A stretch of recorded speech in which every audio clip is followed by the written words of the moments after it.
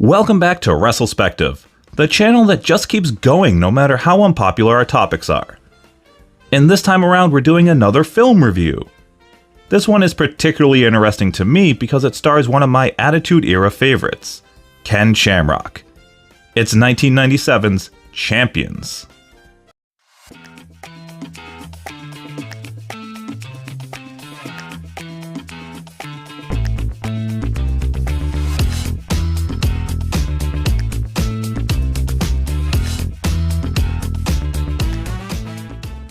I really wanted to cover Champions because no one else really has on this side of YouTube, and I really liked it when I first saw it when I was 12. Around this time in 1998, I was a huge Ken Shamrock fan. I even had this horrible Knuckle Up t-shirt. Shamrock was my guy. He was such a badass, so when my dad found this movie at Blockbuster, it was a no-brainer. We were renting it. It was released direct-to-home video in the spring of 1997. Just a couple of months after his WWF in-ring debut, just after Mania 13. Obviously, it was filmed before he even showed up on WWF TV, so he probably got the role just based on his UFC reputation. Incredible timing to be able to release it when they did. So does the film hold up to my memory of it some 26 years later? Let's find out. A retired gladiator re-enters the outlawed sport of extreme fighting to avenge his brother's death. Film opens with a flashback and some narration from our hero, Billy Rockman, giving us a little background. He's a scarred ex-fighter. Billy is played by Louis Mandylor. This was Mandylor's first starring role after playing tough guys in movies and TV. I can't quite put my finger on exactly what I remember him from. Looking at his credits, it's probably Mafia or Grace Under Fire. After Champions, he'd continue to work in movies and TV, playing tough guys, right up to today. We flash forward to see that he's now a martial arts instructor.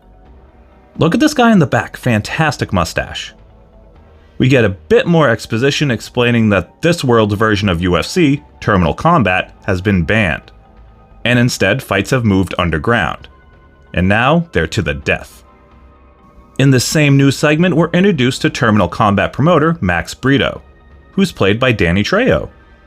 I don't think I need to go into great detail on Danny Trejo. You know him well, I'm sure. Machete, Breaking Bad, From Dusk Till Dawn, King of the Hill. Pretty much anytime you need some sort of Mexican badass, they get Danny Trejo. Brito says he's against the underground fights. Terminal Combat may have been brutal, but no one died. Then we get a visit from Billy's brother Ray, who apparently had disappeared for some reason. That reason? He's been fighting underground. His own brother. Ray is proud to have made it to regionals, but Billy is hesitant to support the barbaric direction of his former sport, and he tries to convince Ray to drop out. Ray reminds Billy that he's a fighter, just like him. Ray goes to regionals in Denver and meets his opponent, The King, played by Ken Shamrock. We'll talk about Shamrock a whole lot more on the channel in future episodes of DCW, but very briefly, Shamrock got started in pro wrestling in the late 1980s. Moved on to UWF in Japan and then Pancrase, which led him to finally becoming a star in the US for the early days of UFC. It was that stint where 2020 would dub Shamrock the world's most dangerous man. He'd eventually make it to the WWF in 1997. King makes quick work of Ray. 2 punches, and it's all over. In fact, Ray is dead. And will you look at who's behind the underground fights? It's Max Brito. Billy watches a tape of Ray's fights and decides he needs answers. He goes to an Irish pub to see an old family friend, Chip. He easily dispatches of some goons and talks to Chip. Chip gives Billy the chance to replace one of his fighters so that he can hopefully get to the bottom of all of this and get revenge if he wins. Billy enters the underground fight scene and takes on typical 90s big man in bumping pants. It's a decent little fight. I really like the small detail of the cameraman filming for the black market videotapes they mentioned earlier in the film. Billy can't win unless he kills his opponent, which he's reluctant to do. Afterward, Chip shows Billy the tape of Ray's fight versus King. More exposition! Billy thought King retired after the ban. He hadn't, and he was also the #1 seed in Brito's tournament. Chip gives Billy Brito's number to try to get his way into the tournament. Max and his assistant run down the fighters they've lined up so far. A Christian psychopath. Hallelujah! An all-American wrestler and nerd who kinda looks like a 90s version of Cody Rhodes? Maybe? I could be wrong. A fitness instructor that Max explicitly says will be comic relief. You know, when she's killed. And a couple of other fighters that we'll talk about later on. And that's when he receives a call from Billy. After some back and forth, Max allows Billy to enter the tournament. We get some more narration from Billy where he explains the only thing Max cares about is money. We also see the fighters and high rollers arrive. The fighters are stationed in these little huts. They're really more prisoners than participants in a sporting event. There's so much leather in these scenes, it's very late 90s cool. Max hosts a cocktail party to welcome everyone where we get this fantastic foreshadowing of King and Billy staring each other down, dead center of the room. Very badass. Max explains that these two fought to a draw 5 years ago, and now we might get a rematch. King is pretty pissed that Billy was invited to participate, and he wants a reason from Max. Then all of a sudden Brito pulls out a laser pointer and brings King to his knees. Max had a device installed that allows him to control King. My memory is that everyone had these devices on their necks, but apparently it was just Shamrock. Shamrock's acting here is okay, it's about as good as his WWF promos. Why is Rockman here? Since when do you ask me shit? You bastard.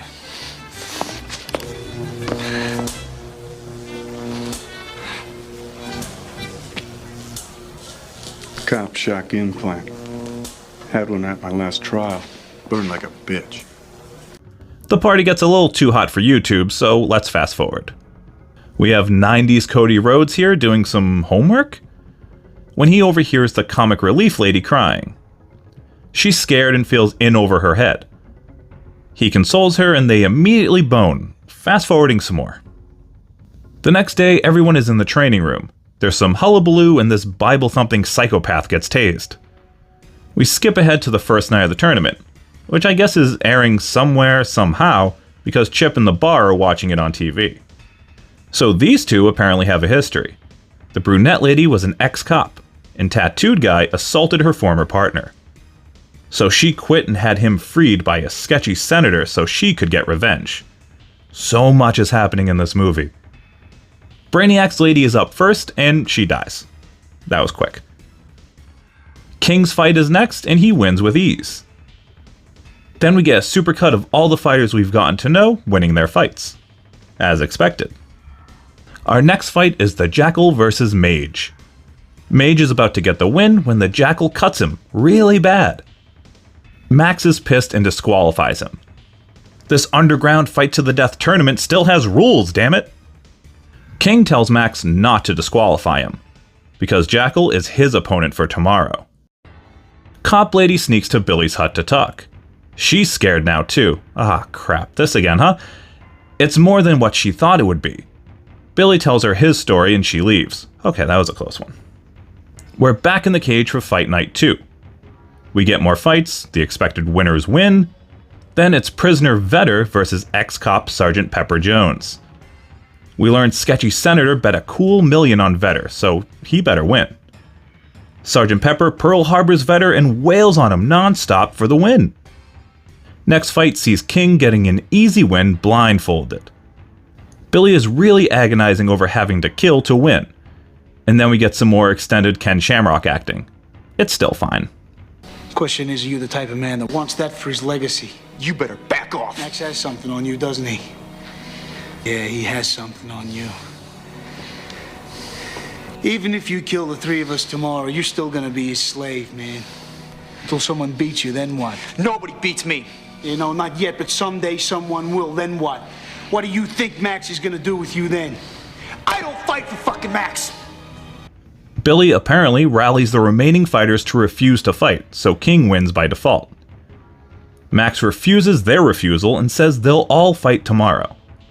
Max also reveals that getting Ray involved in the first place was all to lure Billy into being a part of the tournament. It was a trap. Max says the only reason they're alive is because he's a religious man. None of them may make it past tomorrow. So, of course, the very next scene is Billy stooping Sergeant Pepper. I mean, if you're gonna die tomorrow, why not? She reveals she was a big fan of his growing up. Ew. The next morning, Billy offers a deal to Max. He'll fight King as long as everyone else is let out of the tournament. Computer Lady tells Brito it's the best way to get the best possible fight between the two, since they'll both be fresh. The offer is accepted. Billy goes to tell King about the arrangement. King lets Billy know that he didn't know Ray was his brother. Is he a remorseful killing machine? Billy presses to find out what this has to do with King's wife. Wild movie, so much happening. King doesn't tell us, but Billy finds out anyway. King's wife was collateral in a $5 million gambling debt. So if he doesn't cooperate, she dies. Brockman vs. King is on. We get a little foreshadowing that something is up as King rips off the laser deal from his neck. Doesn't seem to take the whole thing off, so maybe it's just like the receiver? I don't know. 90s Cody and Sergeant Pepper fight their way around the compound while King and Billy grapple in the octagon. They are working here. They clearly have a plan for the finish, with Billy telling King, "Not yet," repeatedly. It ain't time now. It ain't time now. Let's go. Let's go. Hang on, man. Not yet. Not yet. Meanwhile, 90s Cody and Pepper are taking care of some late 90s computer hijinks, like transferring all the betting money out of Brito's account and then shutting down the whole system entirely. Once the fighters get the word the system is down, they put their plan into effect. King's wife turns on Brito, and we get your standard 90s B-movie bad guys getting shot. And move over, Rusev, with a handgun, cause we got Ken Shamrock with a goddamn rifle. No one has ever been more badass. This guy lazily shooting from the tower gets to take the sandbag bump, literally. And in the mayhem, we get a Ken Shamrock quip, and he picks up a grenade and says, Better than a crowbar. Our heroes run into a couple of high roller celebrities also trying to make their escape. So to speed things up, King blows up the last of the heels with a bazooka. Unfortunately, we don't see any projectile coming out or hit the car, it just kind of explodes and sets the dudes on fire. King and Billy bury the hatchet and Predator handshake. We cut to Billy back at his martial arts class, we see he and Sergeant Pepper are an item, and we go to credits. And that was Champions. It's a perfectly serviceable movie. I didn't like it as much as I did when I was 12. I honestly remembered it being more fun and a little more over the top than it ended up being. With that said, it is a fun little movie. Not much fun as my memory made it out to be, though. I wish there were more scenes where we could see them bonding or get a little more of a glimpse of what their life was like before being brought to the competition. Everyone is trying to be Jean-Claude Van Damme, and when everyone is Jean-Claude, then no one is Jean-Claude. The film tries to use quips to cover for characters' lack of personality, and you can see right through it. If you're some sort of Danny Trejo completionist, you should check it out. Or if you want to see Ken Shamrock at his absolute rippest. Otherwise, I can't really recommend it. Well, another movie review in the books. I'll probably do another one down the line, but I want to steer back to wrestling. So I'll leave it to a vote. Next time, should we do Grunt or Body Slam? Let me know in the comments. I'm Scott from WrestleSpective. Watch wrestling, love wrestling. Thanks for watching.